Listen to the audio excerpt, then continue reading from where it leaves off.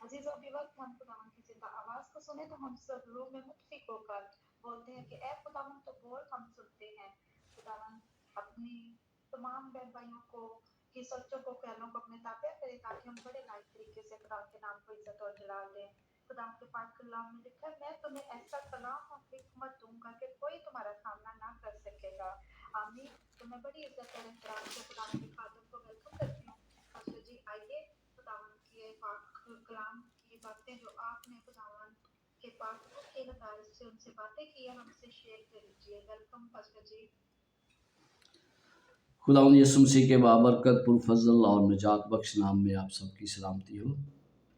और आज मैं आप सबका शुक्रिया अदा करता हूं जिन्होंने इस प्रस्तश में हिस्सा लिया।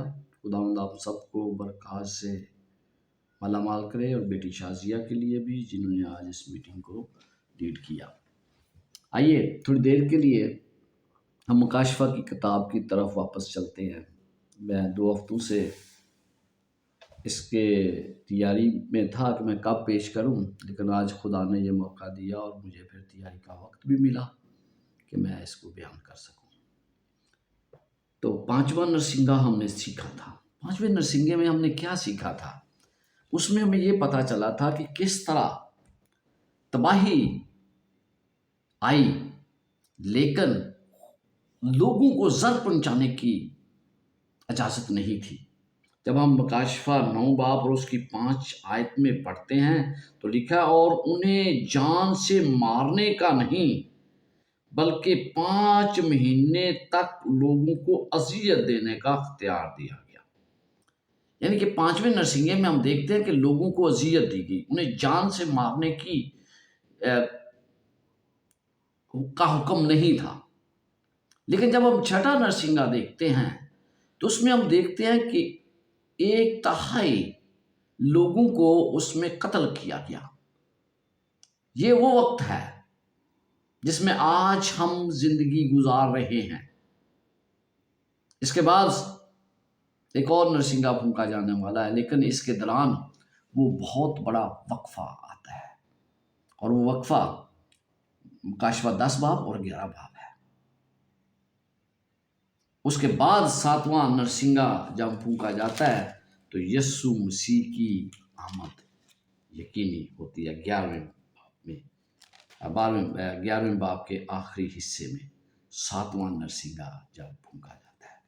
तो आज हम इसके बारे सीखेंगे, 6ठे नरसिंगे के बारे। यानी इसमें हम 5वें नरसिंगे में देखते हैं कि उन्हें अजियत देने का अख्तियार था, जान से मारने का अख्तियार नहीं दिया गया था। और फिर अगर 7वीं आयत पढ़ें तो उसमें टिड्डियों का जिक्र किया गया है। उन घोड़ों की सी थी जो लड़ाई के लिए तैयार किए गए, और उनके सरों पर गोया सोने के ताज थे, और उनके चेहरे आदमियों के से थे। हमने इन टिड्डियों के बारे में भी उस वक्त सीखा था कि इन टिड्डियों से क्या मुराद है। और ये मशर की कुव्वतें थी जिन्होंने ऑर्थोडॉक्स ईस्टर्न क्रिश्चियंस को मिलियामेट कर दिया। पौलुस रसूल के वक्त में आप देखते हैं कि कहाँ कहाँ मसीहत फैली, और इस वक्त जब 5वां नरसिंगा था तो उस वक्त उन तमाम कुव्वतों को खत्म कर दिया गया। जहाँ पर मसीहत थी वहाँ पर किसी और मजहब ने अपने डेरे जमाए और अपना तसल्लुत कायम कर लिया। तो हम जब 6ठे नरसिंगे की तरफ बढ़ते हैं, अगर आपके पास बाइबल मुकद्दस है तो मेरे साथ निकालिएगा। मुकाशफा 9 बाब और उसकी 13वीं आयत से 20वीं आयत तक हम देखेंगे। और यहाँ पर लिखा है, और जब 6ठे फरिश्ते ने नरसिंगा फूंका तो मैंने उस सुनहरी कुर्बानगाह के सींगों में से जो खुदा के सामने ऐसी आवाज सुनी कि उस 6ठे फरिश्ते से जिसके पास नरसिंगा था कोई कह रहा था कि बड़े दरियाए फरात के पास जो 4 फरिश्ते बंधे हुए हैं उन्हें खोल दे। बस वो चारों फरिश्ते खोल दिए गए। جو خاص گھڑی اور خاص دن اور مہینے اور برس کے لیے تہائی آدمیوں کو مار ڈالنے کو تیار کیے گئے تھے، اور فوجوں کے سوار شمار میں 20 کروڑ تھے۔ میں نے ان کا شمار سنا۔ یہیں پر ہم رکتے ہیں اور اس کو ہم پہلے سمجھنے کی کوشش کرتے ہیں۔ یہاں پر آپ کو پتہ چلتا ہے کہ قربان گاہ کا ذکر کیا گیا ہے۔ قربان گاہ کا ذکر آپ پہلے بھی مکاشفوں میں پڑھ چکے ہیں، اور اس میں قربان گاہ کیا تھی؟ آئیے مکاشفہ 6 باب اور اس کی 9 اور 10 آیت ہم دیکھتے ہیں۔ یہاں پر آپ کو ایک قربان گاہ ملتی ہے۔ جب آپ 5ویں مہر کھولی گئی تو آپ کو قربان گاہ کے نیچے لکھا ہے، قربان گاہ کے نیچے ان کی روحیں دیکھیں جو خدا کے کلام کے سبب سے اور گواہی پر قائم رہنے کے سبب مارے گئے تھے، اور بڑی آواز سے چلا کر بولے کہ اے مالک، اے قدوس برحق، تو کب تک انصاف نہ کرے گا اور زمین کے رہنے والوں سے ہمارے خون کا بدلہ نہ لے گا۔ جہاں پر آپ دیکھتے ہیں کہ قربان گاہ، اور یہاں پر لکھا ہے کہ اس سنہری قربان گاہ کے سینگوں میں سے جو خدا کے سامنے ہے، ایسی آواز سنی، یعنی یہ آواز خدا کی طرف سے آ رہی ہے۔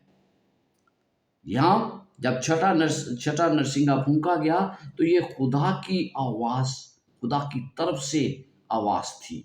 کس لیے آواز تھی؟ کیوں؟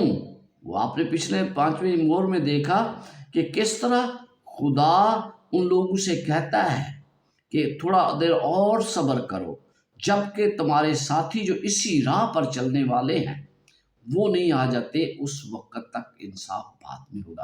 اور یہاں وہ انصاف کا وقت آ گیا ہے، اور کہ اس چھٹے فرشتے نے جس کے پاس نرسنگا تھا، کوئی کہہ رہا تھا، درے فرات کا ذکر آپ کو متعدد بار ملتا ہے۔ درے فرات کیا ہے؟ درے فرات خدا کی قوتوں اور شیطانی قوتوں کے درمیان ڈیوائیڈنگ لائن ہے، جو تقسیم کرتی ہے خدا کے لوگوں کو اور شیطان کے لوگوں کو۔ درے فرات کے متعلق آپ سنتے ہیں بابل کے بارے، مصر، سدوم، تو یہ تمام قوتیں خدا کے خلاف تھیں، اور یہی درے فرات کی تعریف یہاں پر کی گئی۔ وہ درے فرات کے 4 فرشتے بندے ہوئے، یعنی وہ قوتیں جو خدا کے خلاف ہیں۔ خدا نے ابھی تک انہیں کچھ نہیں کہا، لیکن یہاں پر ہم دیکھتے ہیں کہ خدا کہتا ہے کہ ان کو کھول دے۔ آسمان سے آواز آتی ہے، اور پھر ہم اسی طرح کی آواز ہم 7ویں باب میں دیکھتے ہیں۔ یہاں پر آپ دیکھیں 4 فرشتے، یہاں پر بھی 4 فرشتوں کا ذکر کیا گیا ہے، 7واں باب اور اس کی پہلی آیت۔ اس کے بعد میں نے زمین کے چاروں کونوں پر 4 فرشتے کھڑے دیکھے۔ وہ زمین کی چاروں ہواؤں کو تھامے ہوئے تھے تاکہ زمین یا سمندر یا کسی درخت پر ہوا نہ چلے۔ پھر میں نے ایک اور فرشتے کو زندہ خدا کی مہر لیے ہوئے مشرق سے اوپر کی طرف آتے دیکھا۔ یہاں پر آپ دیکھتے ہیں کہ یہاں پر وہ فرشتوں کو اس نے روکا ہوا ہے، ہواؤں کو روکا ہوا ہے، یعنی دیٹ از، چاروں ہواؤں کا مطلب ہے world wide, it's not a local طور پہ نہیں ہے یہ، تو اس کو روکا ہوا ہے۔ کس لیے روکا ہوا تھا؟ اس لیے روکا ہوا تھا کہ خدا کے لوگوں پر مہر کی جائے گی۔ اس نے کہا، یہاں پر لکھا ہے، زمین اور سمندر کو زر پہنچانے کا اختیار دیا گیا تھا، پکار کر کہا کہ جب تک ہم اپنے خدا کے بندوں کے ماتھے پر مہر نہ کر لیں۔ 3 آیت پڑھ لو 7ویں باب کی۔ زمین اور سمندر اور درختوں کو زر نہ پہنچانا، یہاں پر بڑا واضح طور پر اس نے کہہ دیا تھا کہ زر نہ پہنچانا، اور یہاں پر وہ کہتا ہے انہیں کھول دے، یعنی زمین پر آفت کے بعد آفت۔ اور پھر ہم دیکھتے ہیں کہ لکھا گیا ہے، پس وہ 4 فرشتے کھول دیے گئے۔ کس کے لیے؟ خاص گھڑی، خاص دن اور مہینے اور برس کے لیے۔ یعنی کیا؟ یہ خدا کے کنٹرول میں ہے سارا کچھ۔ خدا جب چاہے تو یہ آفات آتی ہے، کیونکہ خدا نے اپنے لوگوں کے خون کا بدلہ ان سے لینا تھا۔ آپ کو مکاشفہ 6 باب میں پتہ چلتا ہے کہ خدا نے کہا کہ جب تک میں خدا کے 7ویں باب میں، جب تک خدا کے بندوں پر مہر نہ کر لوں کسی کو زر نہ پہنچا۔ یعنی خدا کے لوگ اس میں سے محفوظ رہیں گے، کھول دیے گئے۔ خدا کے پاس وہ ٹائم ہے، خدا کی مرضی کے برعکس کوئی کام نہیں ہوتا۔ یہاں پر آپ کو پتہ چلتا ہے کہ 2 کروڑ 16ویں آیت، اور فوجوں کے شمار میں 20 کروڑ تھے، میں نے ان کا شمار سنا۔ 20 کروڑ، یہ کون تھے؟ یہ شیطانی قوتیں تھیں۔ آپ اس سے پہلے 1,44,000 کے بارے پڑھ چکے ہیں۔ یہ کون لوگ تھے؟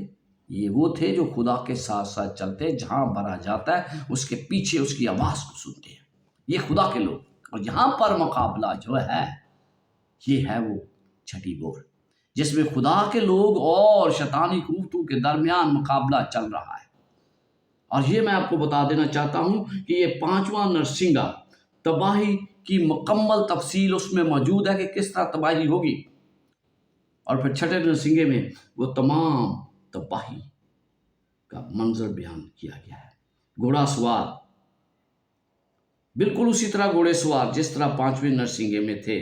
17ویں آیت، اور مجھے اس رویا میں گھوڑے اور ان کی ایسے سوار دکھائی دیے جن کے بختر آگ اور سنبل اور گندک کے سے تھے، اور ان گھوڑوں کے سر ببر کے سے تھے، اور ان کے منہ سے آگ اور دھواں اور گندک نکلتی تھی۔ واہ! شیطانی قوتیں 5ویں نرسنگے میں تھیں۔ وہاں پر ٹڈیوں کا ذکر کیا گیا، اور یہاں پر ان چیزوں کا ذکر، گھوڑوں کا ذکر کیا گیا۔ سوار دکھائی دے جن کے بختر آگ اور سنبل اور گندک کے سے تھے، اور ان گھوڑوں کے سر ببر کے سے، اور ان کے منہ سے آگ اور دھواں اور گندک نکلتی تھی۔ یعنی یہ لڑائی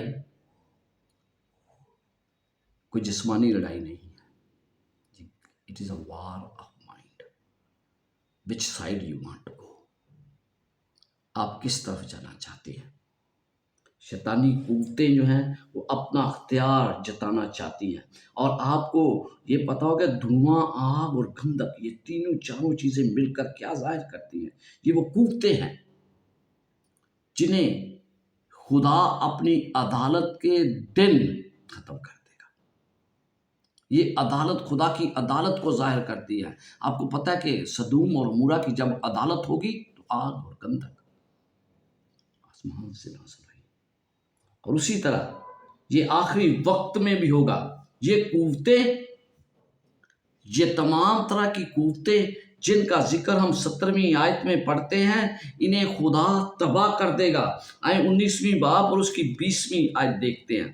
19 باب اور اس کی 20 آیت میں ہمیں مزید پتہ چلتا ہے کہ ان کے ساتھ کیا ہونے والا ہے اور کس طرح یہ ہوگا۔ مکاشفہ 19 باب اور اس کی 20 آیت، یہاں پر یوں لکھا ہے، اور وہ حیوان اس کے ساتھ وہ جھوٹا نبی پکڑا گیا جس نے اس کے سامنے ایسے نشان دکھائے تھے جن سے اس نے حیوان کی چھاپ لینے والوں اور ان کے بت پرستش کرنے والوں کو گمراہ کیا تھا۔ وہ دونوں آگ کی اس جھیل میں زندہ ڈالے گئے جو گندک سے جلتی ہے۔ تو میں آپ کو پتہ چلتا ہے جب خدا انصاف کرتا ہے تو یہ خدا کی ججمنٹ کا منظر پیش کرتی ہے، آگ اور گندک۔ اس کے علاوہ 20 باب اور اس کی 10 آیت بھی دیکھیے گا،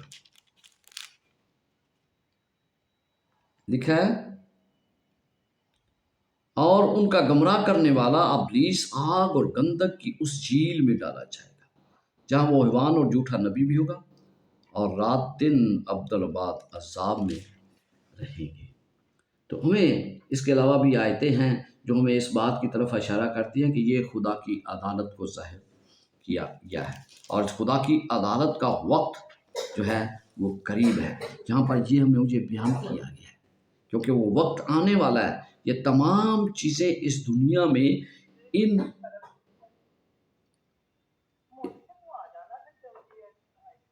तमाम दुनिया में ये तमाम कुछ होने वाला है। तो इसलिए मुझे और आपको पहले से आगाह किया गया है। और फिर 18वीं आयत, तो तीनों आफतों यानी उस आग और धुएं और गंधक से जो उनके मुंह से निकलती थी, तिहाई आदमी मारे गए, यानी 1/3 हिस्सा लोग मारे गए। मतलब उन्होंने अपना फैसला कर लिया। उनके मुंह से आग निकलने का मतलब यह है कि मुंह से वो बातें निकलती हैं, झूठी तलीमात का जिक्र किया गया है कि ये झूठी तलीमात जिसकी वजह से बहुत से लोग गमराह हो जाएंगे, गमराही के रास्ते पर चले गए, और आज आपको झूठे नबियों की कमी महसूस नहीं होगी। मैं जब इसकी लिस्ट देखता हूं तो जो बहुत बड़ी है, जो आज बहुत से लोग अपने आप को मसीह भी कहते हैं, बहुत से लोग अपने आप को नबी भी गर्दानते हैं, और बहुत से लोग उनकी वजह से खुदा से दूर जा रहे हैं।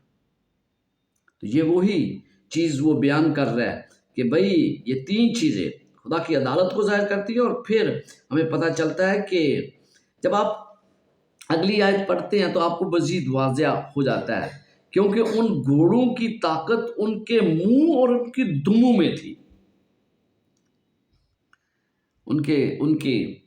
उन घोड़ों की ताकत, जो घोड़े पहले आप देखते हैं जिन्हें मारने का अख्तियार था, यानी उन्हें लोगों को गमराह करने का अख्तियार था, उनकी कुव्वत कहाँ थी? उनकी दुमों में थी। और किस तरह मुझे ये पता चलता है कि ये दुमें जो हैं ये झूठी तलीमात को ज़ाहिर करती हैं। यशायाह 10 बाब और उसकी 14 और 15 आयत में मुझे बड़ा वाज़िया तौर पर इसके बारे में बता दिया गया है। यशायाह उसका 10 बाब और उसकी 14 और 15 आयत। अगर आपके पास बाइबल मुकद्दस है, आप मेरे से पहले निकाल लेते हैं तो उसको पढ़िएगा। यशायाह 10 बाब 14 और 15 आयत। ओके, ठीक है। और मेरे हाथ ने लोगों की दौलत को घोंसले की तरह पाया, और जिसे कोई उस अंडों को जो मुतरक पड़े हों समेट दिया है मैंने, और सारी जमीन पर काबज हुआ, और जुरत ना हुई कि ये हलाए या चूंच खोले या चीखे। क्या कल्हाड़ा उसके रूबरू जो उससे काटता है लाफजनी करेगा? क्या अरादा कश के सामने शेही मारेगा? गोया आसा अपने उठाने वाले को हरकत देता है और चिड़ी आदमी को उठाती है। इसी सबब से खुदा रब्बुल फाज के फरबा जवान यरगमाल भेजेंगे।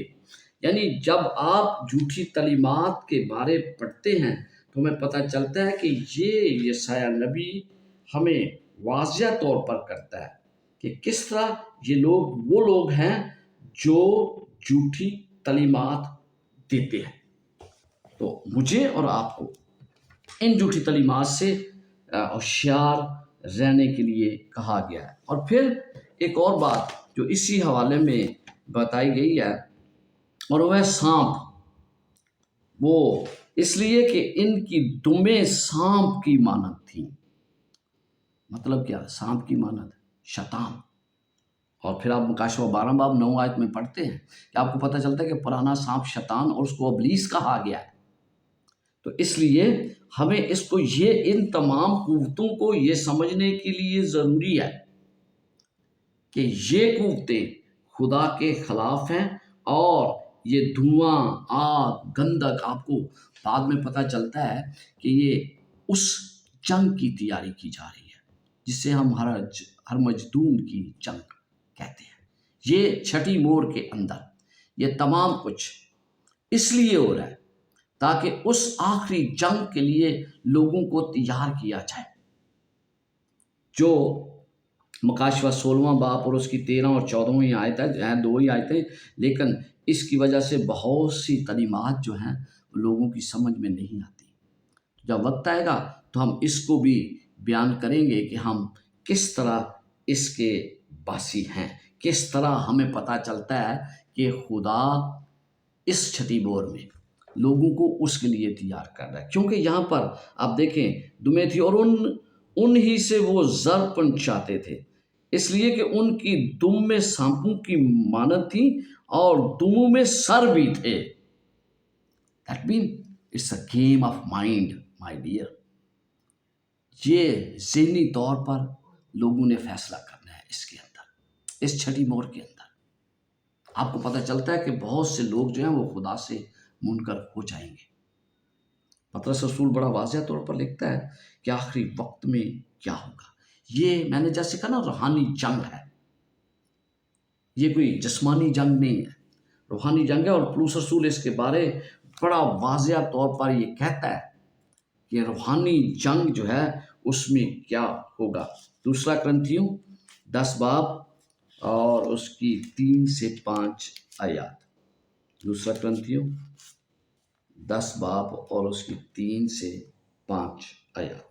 यहाँ पर लिखा है, क्योंकि हम अगरचा जिस्म में जिंदगी गुजारते हैं मगर जिस्म के तौर पर लड़ते नहीं, इसलिए कि हमारी लड़ाई के हथियार जिस्मानी नहीं बल्कि खुदा के नज़दीक किलों को ढा देने के काबिल है। यानी हमारी जंग जिस्मानी नहीं है, हमारी जंग जिसमें अभी हम तैयारी कर रहे हैं वो रूहानी जंग है। और उसमें मुझे ये फैसला करना है कि मैं खुदा की तरफ हूँ या नहीं, क्योंकि आज आपको पता चलता है कि ये झूठी तलीमात आम है। और फिर वो कहता है, चुनाचे हम तसव्वुरात और हर एक ऊंची चीज को जो खुदा की पहचान के बरखिलाफ सर उठाए हुए है ढा देते हैं और हर ख्याल को कैद करके मसीह का फरमानदार बना देते हैं। यानी आज ये जंग जो रूहानी है उसमें हम खुदा की तरफ माइल होते हैं, हमें खुदा की तरफ लाजम माइल होना है, क्योंकि इसके बाद जब आप देखेंगे तो ये छठा 7वां नरसिंगा जब खोला जाएगा तो यीशु मसीह की आमद है, उसके दरमियान कोई वक्फा नहीं है। वक्फा ये है कि जो अभी हम वक्त गुजार रहे हैं और यीशु मसीह की आमद के दरमियान यही वो वक्फा है जिसे पुर किया गया है। और उसके मुताबिक हम देखते हैं कि ये हमें इस रूहानी जंग में फैसला करने की कुव्वत दी गई है। और फिर लिखा है कि हर ख्याल को कैद करके मसीह के ताबे फरमाबरदार बनाते हैं। हम मसीह के करीब जाते हैं, मसीह के अपने ख्यालात को, अपने जहन को, अपनी तलीमात को हम खुदा के कलाम के मुताबिक लेते हैं। आज आपको पता चलता है कि बहुत सी ऐसी तलीमात राइज हैं। फिर वो इफिसियों 6 बाब और उसकी 10 से 12 आयत में लिखता है पौलुस रसूल, 10 से 12 आयत है, गर्ज खुदावंद में और उसकी कुदरत के जोर में मजबूत बनो, खुदा के सब हथियार बांध लो ताकि तुम अबलीस के मंसूबों के मुकाबले में कायम रह सको। तो अबलीस का मंसूबा क्या है इस छठी मोहर में, छठे नरसिंगे में? अबलीस का मंसूबा ये है कि बहुत से लोगों को वो अपनी तरफ कायल कर ले। लिखा है 1/3 लोग जो हैं वो यकीनन उसका शिकार हो जाएंगे। और फिर क्योंकि हमें खून और गोश्त से कुश्ती नहीं करना है बल्कि हुकूमत वालों और अख्तियार वालों और इस दुनिया की तरीकी के हाकिमों और शरारत की उन रूहानी फौजों से जो आसमानी मकामों में हैं। इस वास्ते तुम खुदा के सब हथियार बांध लो ताकि बुरे दिन में मुकाबला कर सको और सब कामों को अंजाम देकर कायम रह सको।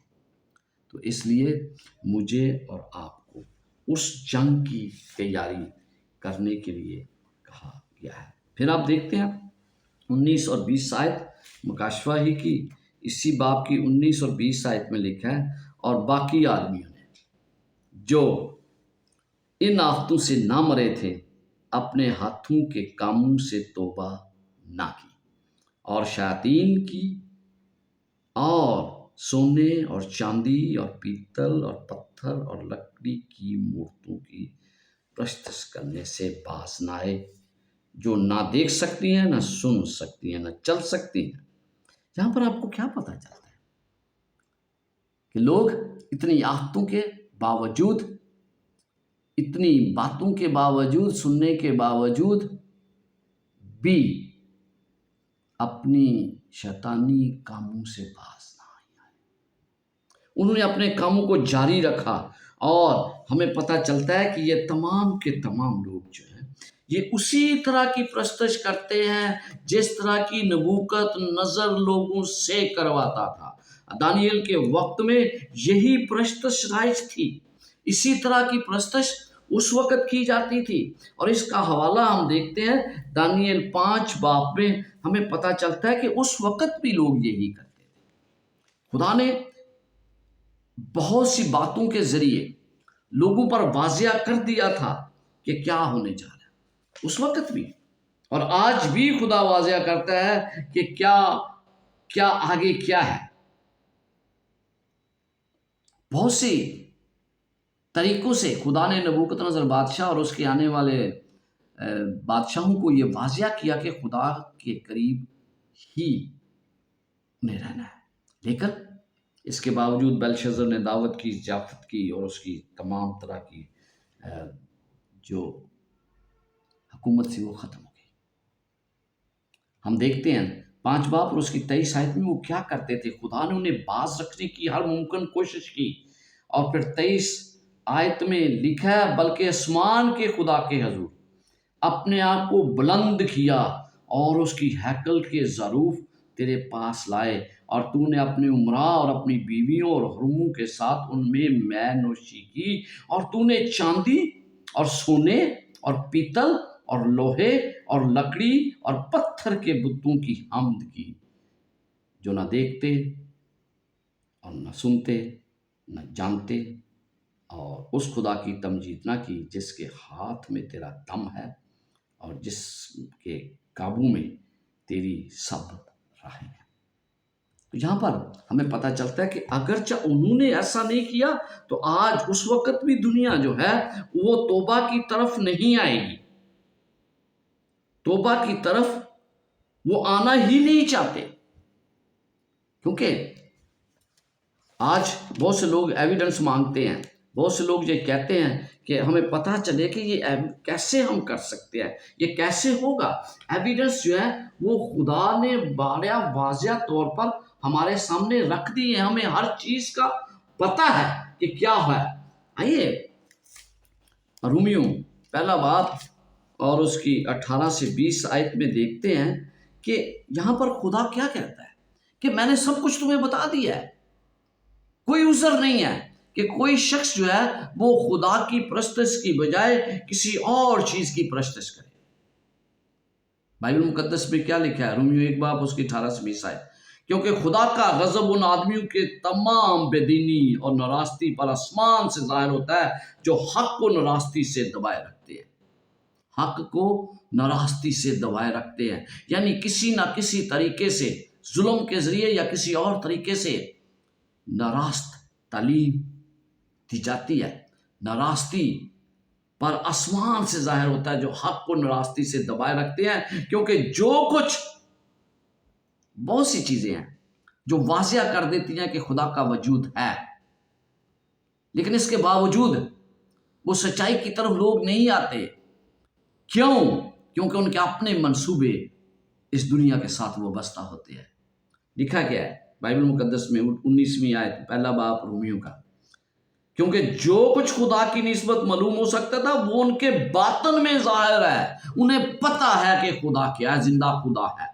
उनको पता है जो एविडेंस चाहिए दरकार थी वो खुदा ने उन्हें दे दिए हैं। और फिर क्या कहता है, बातन से जाहिर इसलिए कि खुदा ने उसको उन पर जाहिर कर दिया है। खुदा ने हर चीज वाज़िया कर दिया, हत्ता कि बुत परस्तों के पास भी कोई ऐसी बुनियाद नहीं कि वो खुदा की परस्तिश की तरफ ना आए, वो खुदा की तरफ ना आए। और फिर 20वीं आयत में लिखा है, क्योंकि उसकी अनदेखी सिफतें यानी उसकी अजली कुदरत और लूहियत दुनिया की पैदाइश से बनाई हुई चीजों के जरिया से मालूम होकर साफ नजर आती है, यहाँ तक कि उनको कुछ उज़र बाकी नहीं।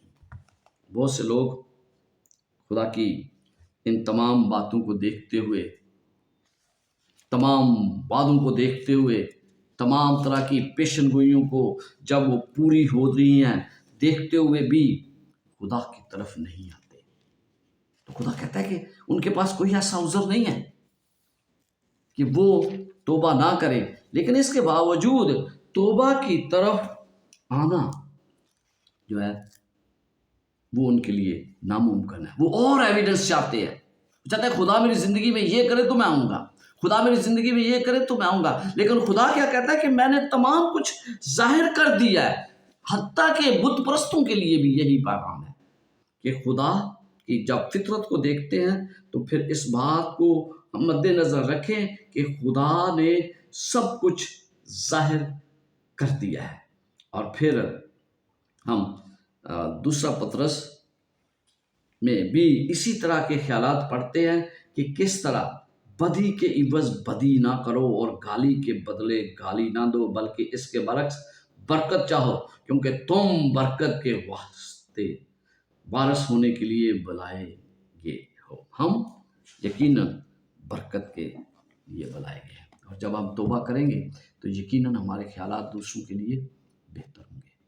तो छठा नरसिंगा जो है वो यकीनन मुझे और आपको ये बता रहा है कि इस वक्त हमें क्या करने की ज़रूरत है। इस वक्त मुझे सिर्फ और सिर्फ बाइबल की तालीम को लेने की ज़रूरत है। किसी कलीसिया की, किसी और की तालीम की आज ज़रूरत नहीं है। आज सबसे बढ़कर बाइबल की तालीम की ज़रूरत है। बाइबल के बाहर जो भी कलीसिया तालीम देती है वो खुदा की उस मंजिल से दूर है जो हकीकत में मुझे खुदा का रास्ता दिखाती है। तो अजीज़ों, इस छठी मोहर में मुझे और आप, छठे नरसिंगे में मुझे और आपको फैसला करना है कि हम किस तरफ हैं। हम खुदा की तरफ हैं या हम शैतानी कुफ्तों के साथ देने वाले हैं। क्योंकि ये मैंने जैसे कहा कि ये माइंड गेम है। आप दुरुस्त फैसला करें, आप दुरुस्त फैसला करें कि आपने किस तरफ होना है, क्योंकि यही डिसाइसिव मोमेंट है, यही वो वक्त है जब फैसला करना है। इसके बाद वक्त जो है वो ख़त्म हो जाएगा। खुदावंद आपके साथ और आपको बरकत से नवाजे। आमीन।